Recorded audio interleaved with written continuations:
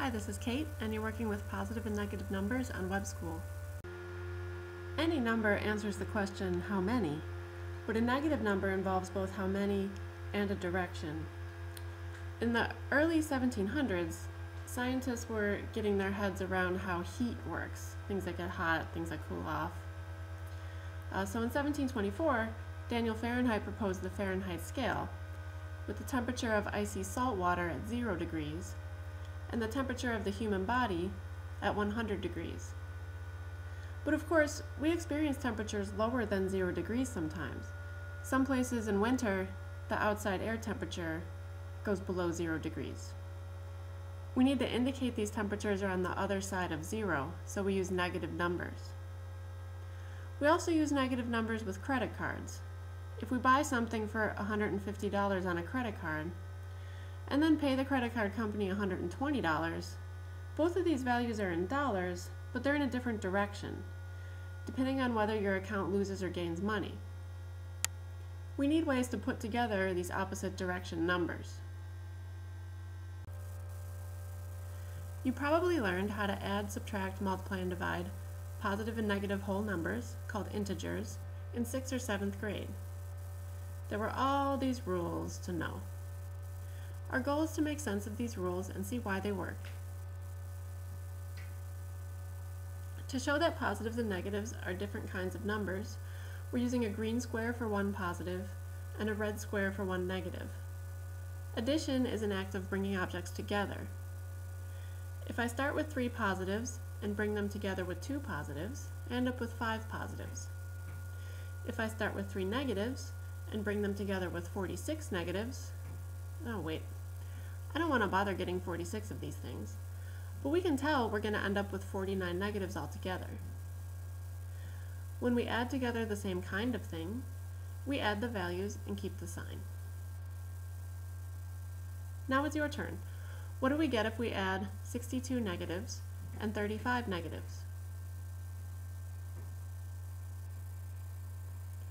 We get 97 negatives. We run into a problem when we try to add different kinds of objects.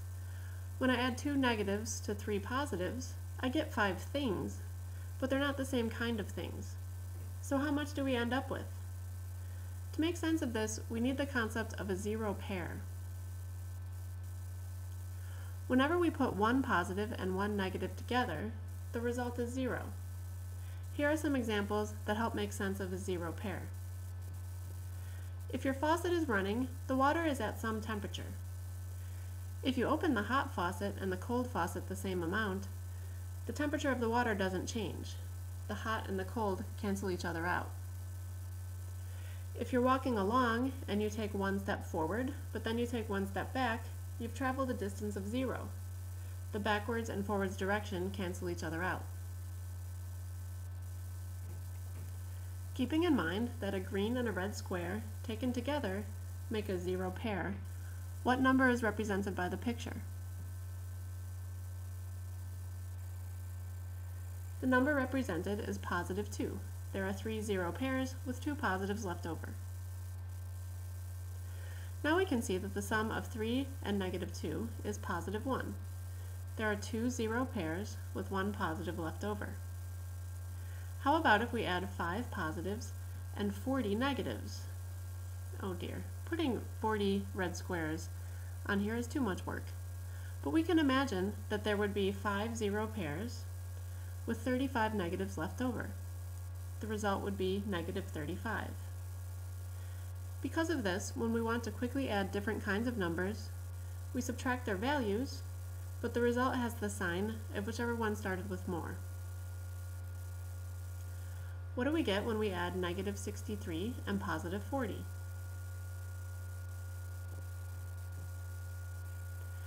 The sum is negative 23. So far, we've added the same kinds of things and we've added different kinds of things. Subtraction is a different action. Instead of bringing objects together, we take objects away. So if I start with 3 positives and remove 2 of them, the result is 1 positive. Notice this is the same result we would get if we added 2 negatives to 3 positives. If I start with 15 negatives and remove 11 of them, oh, that's a lot of work. Let's try the shortcut. Negative 15 plus positive 11 would be negative 4. And that makes sense. So what do we get if we take away 25 negatives from 100 negatives?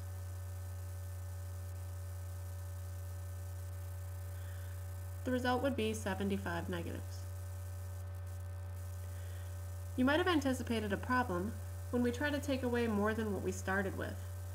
If I start with 2 positives, I can take away 5 positives. Luckily, 0 pairs can come to our rescue again. Watch. I just added 0. There is still a total of 2 positives. Added another 0, and one more 0. We put some extra squares in the picture, but altogether the total is still positive 2. But notice that now there are 5 positives we can take away, leaving us with 3 negatives. Let's check our shortcut. In fact, positive 2 plus negative 5 is also negative 3. Over on the right side, I'm starting with 7 negatives and want to take away 3 positives. Oh, but wait, there aren't any positives I can take away. 0 pairs to the rescue again. I just added a 0 and some more zeros. Notice the picture is still worth negative 7, but now I can take away 3 positives. That's why negative 7 take away positive 3 turns out to be negative 10. Recall the shortcut. To subtract, add the opposite. And indeed, negative 7 plus negative 3 is also negative 10. What is negative 100 minus positive 25? Think carefully and remember to add the opposite.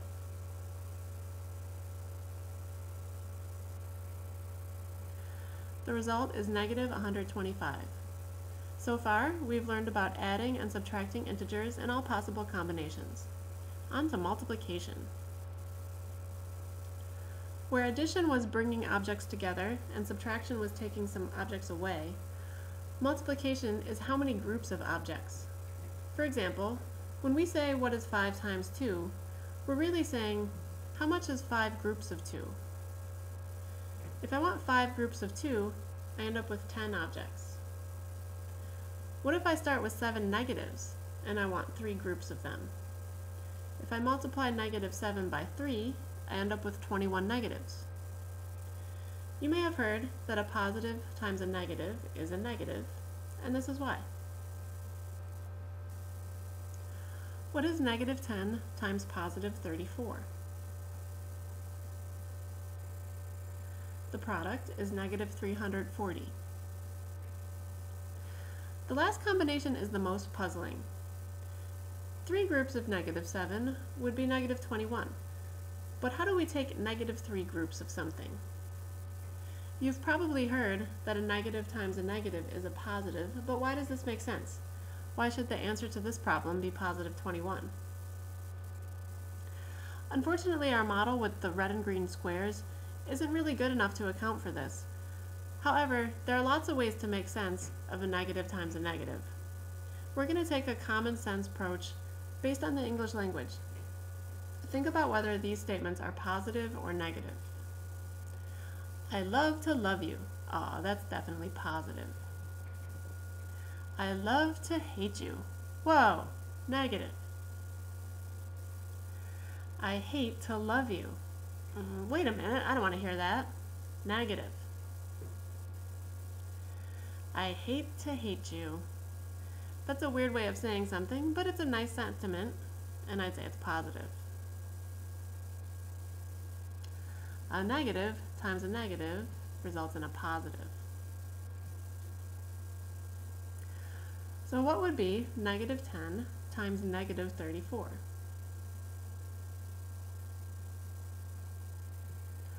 The product is positive 340. So these are still the shortcuts for adding, subtracting, and multiplying integers, but I hope this has helped make sense of these rules. You've been working with positive and negative numbers with Web School.